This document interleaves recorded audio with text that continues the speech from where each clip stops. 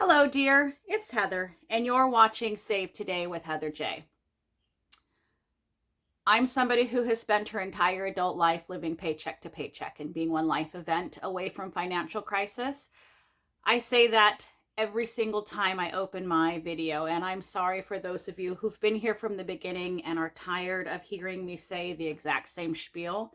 But that is really who I am and what I'm doing here with this channel and with you guys. I am just some old person who is trying to change her financial path.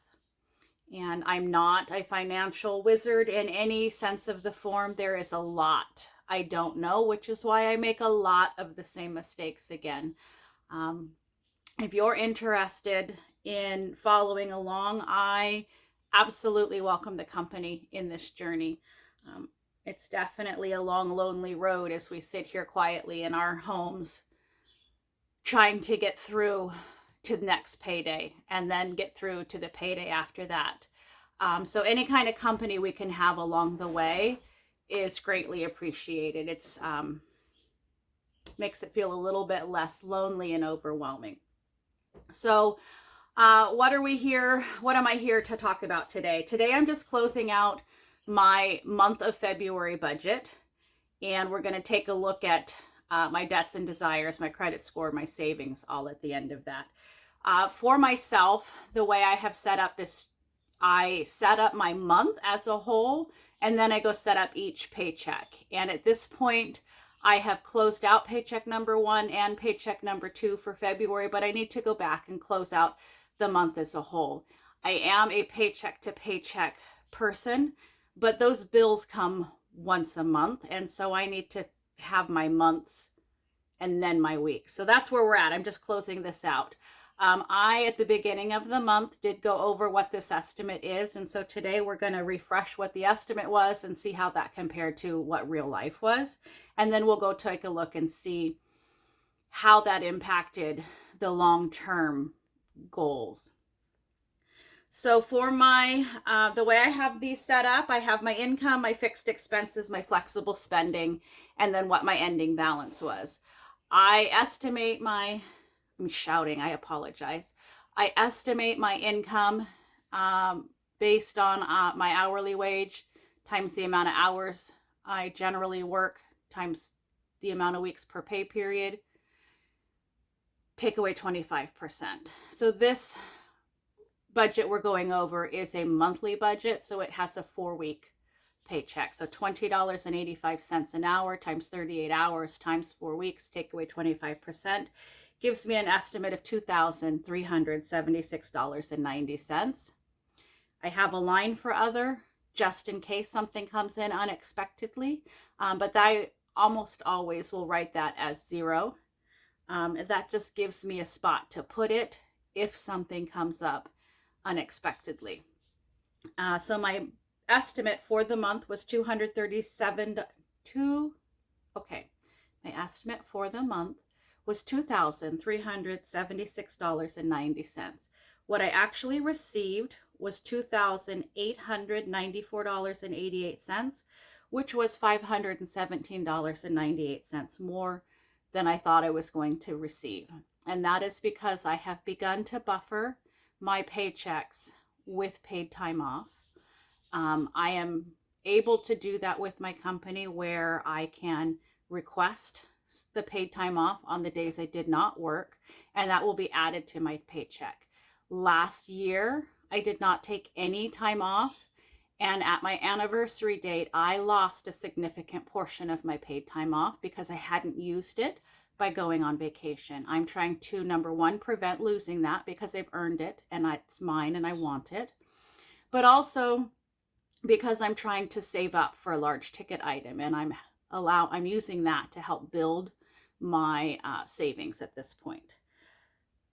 In my other, I did have to pull $300 out of my savings to pay for a bill that we will discuss down here. If you saw my last video, you're already aware of what that was, and that's just documenting that here. So my income actually was $3,194.88, which was $817.98 more than I had set my estimate up for. As we go into my fixed expenses, these are all of my bills. Most of them are fixed, but some of them do change from month to month. In particular, my utilities, obviously those fluctuate based on usage, and usage fluctuates based on the weather. But the rest of them do stay pretty consistent. Some things pop in and pop out of here. I've got a few things on here that haven't been here before. And that's what this section is for, my actual bills for that month. So to start with, I had my rent, which was $853. My rent is $850. And then I have a online payment servicing fee for $3. That is what I paid. There was no difference there. My utilities, I had estimated at $260. With my utilities, the utilities get billed to the landlord. The landlord sends me the bill. I pay them. I pay a $20 service fee for the convenience of that, and I pay a $2 money order. That was all worked into that estimate. What I actually did have to pay was $278.20, which was $18.20 more than I had estimated. My phone bill is estimated to be $192.49. That is a large phone bill. That is the next thing I'm working on reducing down. And it's going to be a step-by-step process to get that lower. But right now, what I ended up paying was $194.49, which was $2 more than I had estimated. And that is because one of the movie channels, the streaming channels we have on there, did go up by $2. I think it was the Netflix went up by $2 this month. I had my very last credit card payment estimated at $23.70, and that is what got paid. There was no difference there. I have one subscription here for $10.82, and that is what got taken out, and so no difference there. I had one doctor's visit that fell within this pay period, and it had a $25 copay. I did expect that I would start having some of my copay bills from previous appointments to show up, but those haven't shown up yet. So I just had that $25 copay, so no difference there. I have my student loan. The minimum payment on that is $69.74. I was really hoping that I could start to pay a little bit extra on that this month, and unfortunately that did not work out because of what we were doing, what I had to do in the other, which we're just about to get to. So that was no difference there.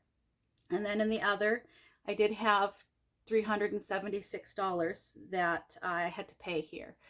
$342 of that was to get the utilities switched over to my name. I have never been in this part of the country, and so I've never been a customer of this utility, and they needed a deposit from me. That deposit was $340, and then there was a $2 online servicing payment. Also, I had to fill 2 prescriptions, and those 90-day prescriptions on both of those came to a total of $34.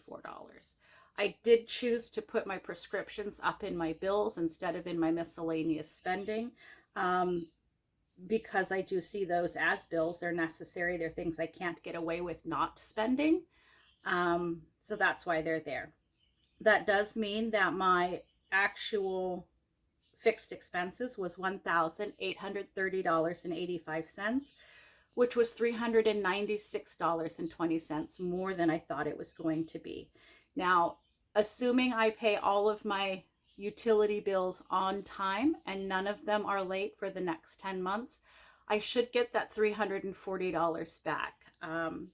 But that is going to take quite the dedicated focus to make sure I don't accidentally go 1 or 2 days further than I meant to. And once I start receiving those bills, I may be able to set them up into an auto pay that will work within the flexibility that happens in my budget. So we'll see how that goes.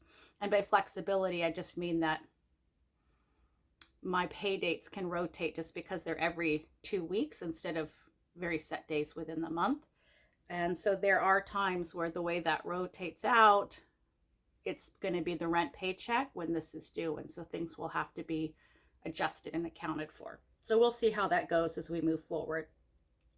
Then we get into my flexible spending, which for me is groceries, dining out, transportation, art, and miscellaneous. These are the areas that I have the most flexibility, the most control. I can get myself into the most trouble. So I really need to pay attention to these on a much more consistent basis, and figure out what I'm spending where and where I can make adjustments in that. In my groceries this month, I did end up spending $635.50, which was $24.50 less than I had estimated I would spend for this month. I gave myself a budget of $75 for dining out. I knew we had one birthday dinner, and that's what I planned for. I did end up spending $151.88, which was $76.88 more than I had budgeted for. In paycheck number one, I had 3 separate dining out situations that came up, and they weren't really something that I could have adjusted and made a different choice for in the moment. But the only thing I did in paycheck number 2 was that one birthday dinner. And I'm definitely going to try and see if I can get through and do another 8 or 9 week stretch of no dining out. I did that once earlier in the year, and at that time it was extremely difficult for me. But the dining out urge is getting easier to fight. So we'll see how that goes moving forward. In transportation, I did spend a total of $63.06 in this month, which was $16.95 less than I had estimated. In my art, I didn't spend anything, and in my miscellaneous, I didn't spend anything. So there was $30 in each of those categories left as we closed out this month. So that does mean that my total flexible spending for this month was $850.44, which was $24.57 less than I thought that might be. The dining out has always been, through this entire journey, been my biggest struggle in this category. It's definitely getting better, and it's definitely getting easier, which is probably why it's getting better. But this is my challenge, and those of you who've been here, and I don't think I'm the only one who this is a challenge for. I think this is pretty familiar in our culture at this point. We are a fast food convenience community. This is just how we are now. So that's where that is. So the ending balance, in my income, I received $3,194.88. My fixed expenses ended up being $1,830.95. My flexible spending was $850.44, which left me at the end of the month with $513.49, which was $446.35 more than I thought it was going to be. So that's awesome. I did want this extra to fully go into my savings, and I fell short by $5 this month. Well, by $4. My first paycheck, I made it by 70 cents, which was fantastic. And then my second paycheck, I did not get there by $5. So that's where we're at as I finish out, as we close out the month of February. Things came up very unexpectedly that had to be dealt with, that had a huge financial price attached to them. But we were able to weather that and make that work and stay very close to within the budget. So that's pretty awesome. The next thing we're going to go over here is my debts and desires, my savings, my credit score. All of that is something I have chosen to track for myself. And so I'm going to go over that real quick here. In my debts this month, what carries over as we finish out February and head into March is I have this hospital bill for $931. This hospital bill did show up on last month's Debts and Desires page. I was waiting to get the paperwork for my payment plan, and that did finally show up just about 4 days ago. So as we get into March, that now goes into a payment plan, which is a 24-month payment plan. So obviously, at some point, I'm going to be working to get that paid off sooner. But for right now, with all of the medical we're having addressed, I needed to have a very low monthly budget, or a very low required minimum, so that as other bills came in, I had the funds to also address those. So when I can, I will pay more on this. And then I have my taxes. I actually owe both federal and my current state this year. And for whatever reason, I did still get some taxes in the last 2 states I lived in. So I will have to file those. One of them I have a W-2 for, but it shows that they took $0 out. So I don't believe I need to file for them, but I'm not 100% certain. The other one, they did take, I don't know, $50 out or something to that effect. So I'll have to figure out, again, how to file that. It's very frustrating. Hopefully it's fixed. We'll see what next year looks like. So my federal taxes, I owe $53. In this state, I owe $205. So that does mean that my debts as we close out February are $1,189. Again, this one is being addressed. These two I will be making payments in March and April to get those taken care of. Then my desires list hasn't changed at this point. I just don't have the funds to get any of this yet. And I just have these listed in order of highest to lowest dollar, not in order of when I think I want them or when they have any real priority in my life. So I want this Handy Quilter Sweet 16. This is a sit-down long arm, or mid-arm actually, quilting machine. This is something I've wanted for at least 10 years. And it's gotten, my quilting journey has gotten to the point where this investment is a realistic investment. I need something like this to be able to move my projects further along. I'm at that point now. I want to purchase a U-Haul box truck. I move a lot, and I am tired of just throwing thousands of dollars into each move. I would prefer to have my own truck that can be my moving truck. Because I do this a lot. I mean, I have moved 34 or 35 times in my lifetime, and it's just not going to change. So that's what that is. U-Haul does sell some of their decommissioned vehicles, and honestly, the price ranges. And this is kind of on the lower end. It may be that when I actually am ready to commit, that is a larger amount. But we'll see what that looks like when that goes here. This is the first thing I'm trying to focus on what I want to purchase on my desires list. Then I have a 3-way mirror. I do some apparel sewing, and I'm in an area now where I no longer have people who know how to apparel sew around me. And to get fit right, I will need a mirror and a few other things to make that where it's possible to do with one person. I want a steam juicer, which the last time I checked were priced at around $150. This is just a fun project thing I want to do related to canning, juicing things that are difficult to juice. And then I want a green bean Frencher for $20. So that desires is at $12,260. These will happen when and if they ever happen. I don't think these are going to come off the list because I've changed my mind. I think they'll come off the list when I finally am able to justify the commitment. The next thing I have added here is my savings, and this last month was the first time I was able to add this into this page. I've just begun to start my savings journey, and that's very, very exciting for me.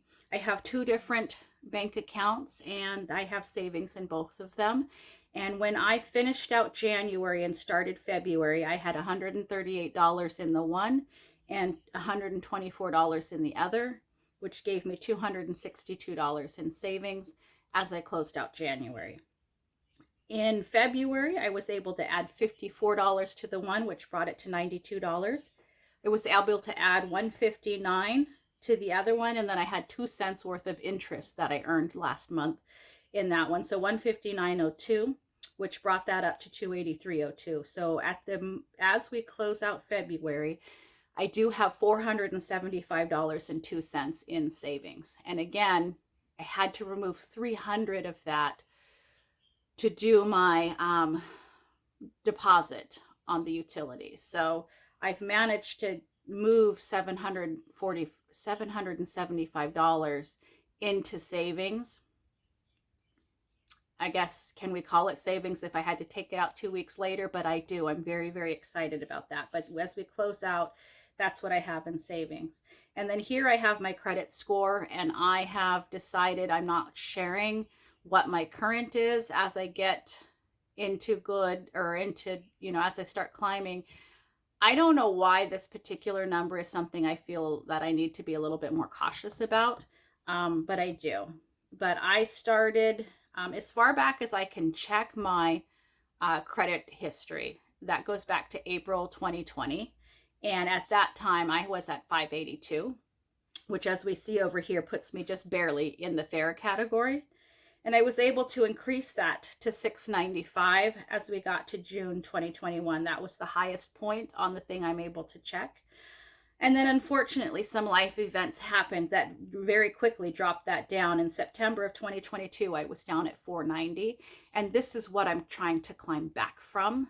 And I am at this point still within the fair range between 580 and 669. I'm not at good, and I'm not at very good, and I'm not going to be there anytime soon. But I'm starting to climb up, and once I just, that's where that's at. So I have that covered for where I'm at now. But as we close out the end of February, that is where we're at. So I feel very good about the direction I'm heading, and I am very aware of the fact that this would not have been possible without those of you who are here watching me. I definitely have had several struggles where I wanted to give up in June and July, which was my 6 to 8 week point. I always get to 6 to 8 weeks, and then it gets way too difficult, and it did get way too difficult. But I pushed through because I had you guys here with me, and I needed to check in with you guys. And because of that, I did push through. And then I had a couple of spots where I quit recording, and you guys stuck with me through that. And I've stuck with this budget this entire time. So I thank you so much for being here. I had been trying to do some of my crafting at the back end of my channel, but this month, 2 things happened. I changed how I was recording my videos, which made them longer, and I didn't want to add the crafting on top of that. And also, what I'm currently working on in related to my art is not something that's particularly filmable. So I've pulled that out, but that is likely going to be coming back because it means so much to me. So we'll see how that goes as we carry forward. The next thing I'm looking for is to set up my month of March and see what that looks like. I thank you so much for being here with me. And again, wherever you are and whatever you're doing today, please have some fun. Bye-bye now.